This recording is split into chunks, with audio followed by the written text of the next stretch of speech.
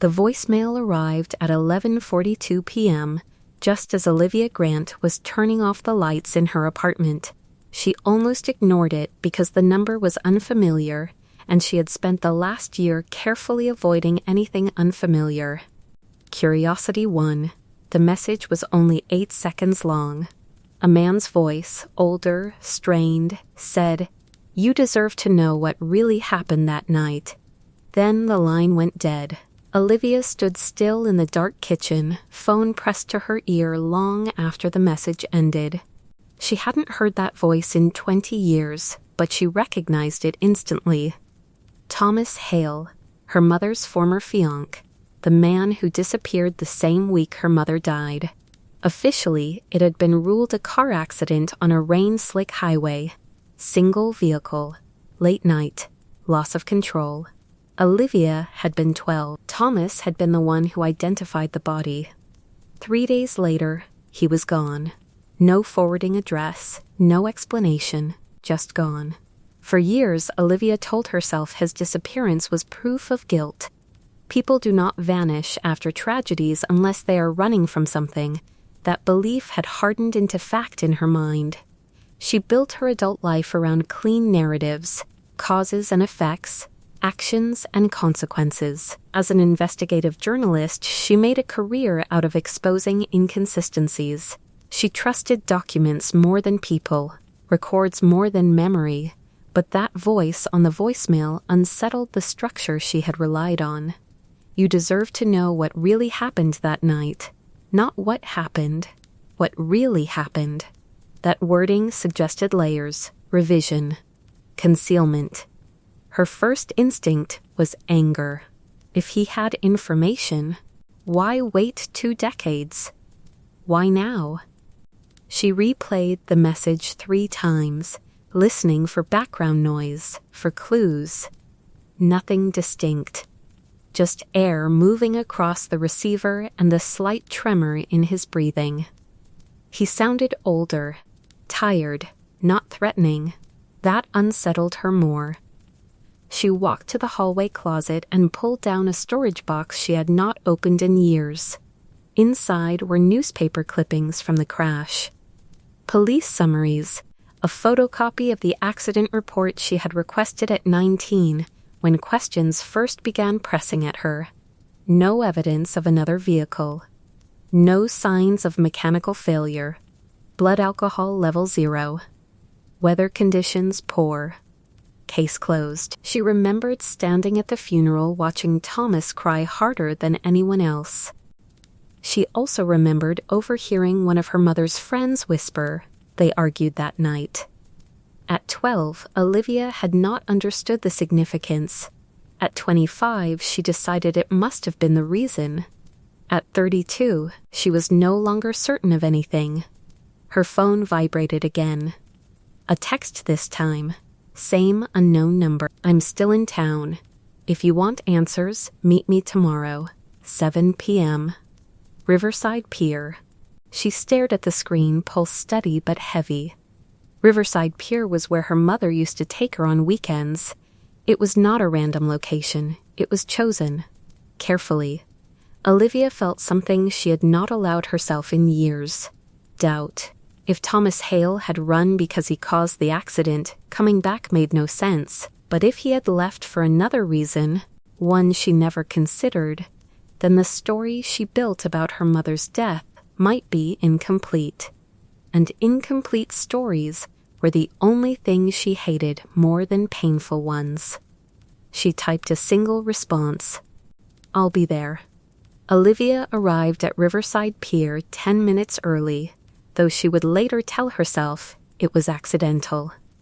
The evening air carried the scent of salt and wet wood, the same scent she associated with childhood Saturdays and her mother's laugh drifting over the water. Thomas Hale was already there, leaning against the railing, older and thinner than she remembered. His hair had gone mostly gray, his posture slightly stooped, but his eyes were unmistakable. They held the same restless intensity she recalled from years ago. For a long moment, neither of them spoke. The silence was not awkward, it was evaluative. You came, he said finally, his voice quieter than it had been on the voicemail. You said I deserved the truth, Olivia replied. Start talking. He nodded once as if he expected no warmth from her. It wasn't just an accident, he said. Olivia felt her jaw tighten. That's not specific. Thomas exhaled slowly and looked out at the water. Your mother and I argued that night. That part is true, but not about what you think. Olivia crossed her arms, grounding herself. Then what? He hesitated, and she noticed the hesitation was not theatrical. It was careful. She had discovered something about the company she worked for. Olivia blinked. Her mother had been an accountant at a regional development firm. Stable. Unremarkable. Discovered what? She asked. Financial discrepancies. Large ones. Funds being rerouted through shell vendors. She thought it was internal fraud. Olivia felt a flicker of professional instinct override personal emotion. Did she report it? Thomas nodded. She was preparing to. She asked me to look at the documents because I had experience in corporate compliance. That's what we were arguing about. I told her to slow down, to gather more proof. She wanted to go straight to the board. The wind shifted across the pier, carrying the sound of distant traffic. Olivia studied his face for inconsistency. You expect me to believe her car crash was connected to accounting fraud? Thomas met her gaze evenly. I didn't at first. The phrasing caught her attention. At first? She pressed. He reached into his coat pocket and removed a folded, weathered envelope. 2 days after the funeral, I found this taped inside my car door.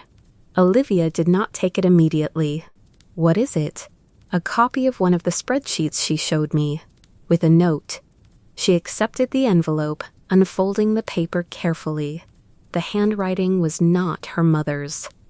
The message was brief. Stop digging. Accidents happen. Olivia felt her pulse sharpen. You went to the police? She asked. Yes, Thomas said. They said it was probably a sick prank. There was no evidence tying the crash to anything criminal. No second vehicle. No mechanical tampering detected. Then why did you leave? She asked, the question carrying 20 years of accusation. His expression tightened slightly. Because the night after I reported the note, someone broke into my apartment. Nothing stolen, just the file your mother gave me missing. Olivia's breathing slowed deliberately. You never told me. You were 12, he said quietly, and I was being watched. She wanted to dismiss it as paranoia, but the envelope in her hand felt real. The wording felt deliberate. Stop digging. Accidents happen. Why come back now? She asked. Thomas looked directly at her. Because the statute of limitations on the financial crimes expired last year, and 3 months ago, the company quietly dissolved after a federal inquiry into unrelated contracts. Olivia's mind moved quickly, assembling timelines, public records, dormant investigations. You think someone forced her off the road, she said carefully. I think, Thomas replied, choosing each word, that your mother believed she uncovered something worth risking her job for, and I think someone believed it was worth silencing her. The water below them moved steadily, indifferent. Olivia stared at the old spreadsheet copy in her hand. For 20 years, she had believed the story was simple. Argument, rain, sharp turn, loss of control. Now the possibility of intention pressed against that simplicity. Do you have anything else? She asked. Thomas hesitated. One more thing, he said, but you're not going to like it. Thomas did not speak immediately.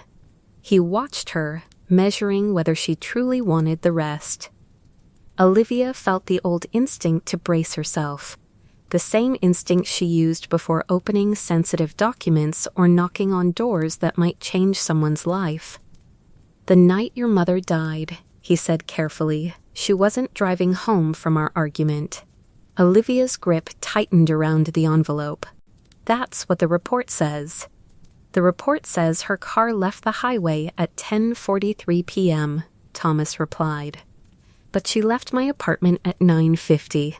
She told me she was going to meet someone first. The words landed with surgical precision. Meet who? Olivia asked. A journalist, he said, from a national paper. She'd reached out anonymously about the financial discrepancies. She wanted documentation secured outside the company before going to the board. Olivia felt something shift inside her. A journalist, her mother had sought an external record, a safeguard. Do you know the name? She asked. Thomas nodded slowly. Daniel Kessler. The name was familiar. Investigative reporter, now semi-retired, known for corporate ex-boss in the early 2000s. Olivia's profession suddenly felt less like coincidence and more like inheritance. Did she meet him? She asked. Thomas swallowed. He told me she never showed. The air between them felt heavier. You spoke to him? Olivia asked. Years later, Thomas said. Quietly, off the record. He confirmed she called to cancel 20 minutes before the crash. Said something came up. She sounded anxious. Olivia's mind recalibrated. If her mother canceled, where was she going instead? And why had that detail never appeared in the police report? That's not all, is it? She said. Thomas shook his head. 3 months after I left town, I received a package. No return address. Inside was a flash drive. He reached into his coat again and pulled out a small metal device, worn at the edges. I didn't open it for years, he admitted. I was afraid. And now? Olivia asked. I opened it last week. Her pulse quickened. What's on it? Thomas met her eyes, and for the first time she saw something close to regret. Bank transfers, he said.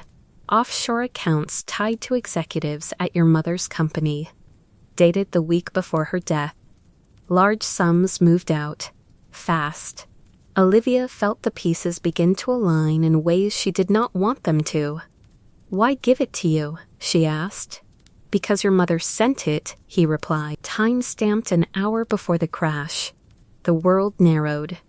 That's impossible, Olivia said automatically.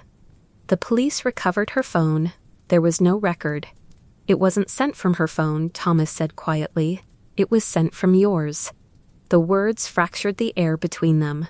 Olivia stared at him, disbelief immediate and fierce. I was 12. I know, he said.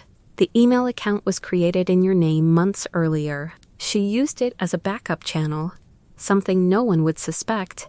Olivia's thoughts raced. If the account existed, it might still exist. Archived. Dormant. Waiting.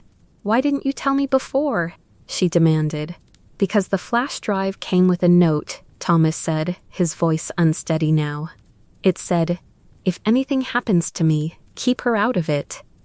Silence settled over the pier, thick and final. Olivia looked out at the dark water, trying to stabilize her breathing. For 20 years she had built her life around exposing hidden corruption, never realizing her origin story might have been one. So my mother wasn't just arguing with you, she said slowly. She was protecting evidence. Thomas nodded. And possibly protecting you. Olivia felt the familiar clarity of investigation replacing shock. Questions formed in clean sequence. If her mother transferred data through an account in her name, there would be digital traces. Metadata. Login records. If executives moved money the week of her death, that pattern might still be reconstructible. Statutes on financial crimes may have expired, but conspiracy tied to a fatality could be different.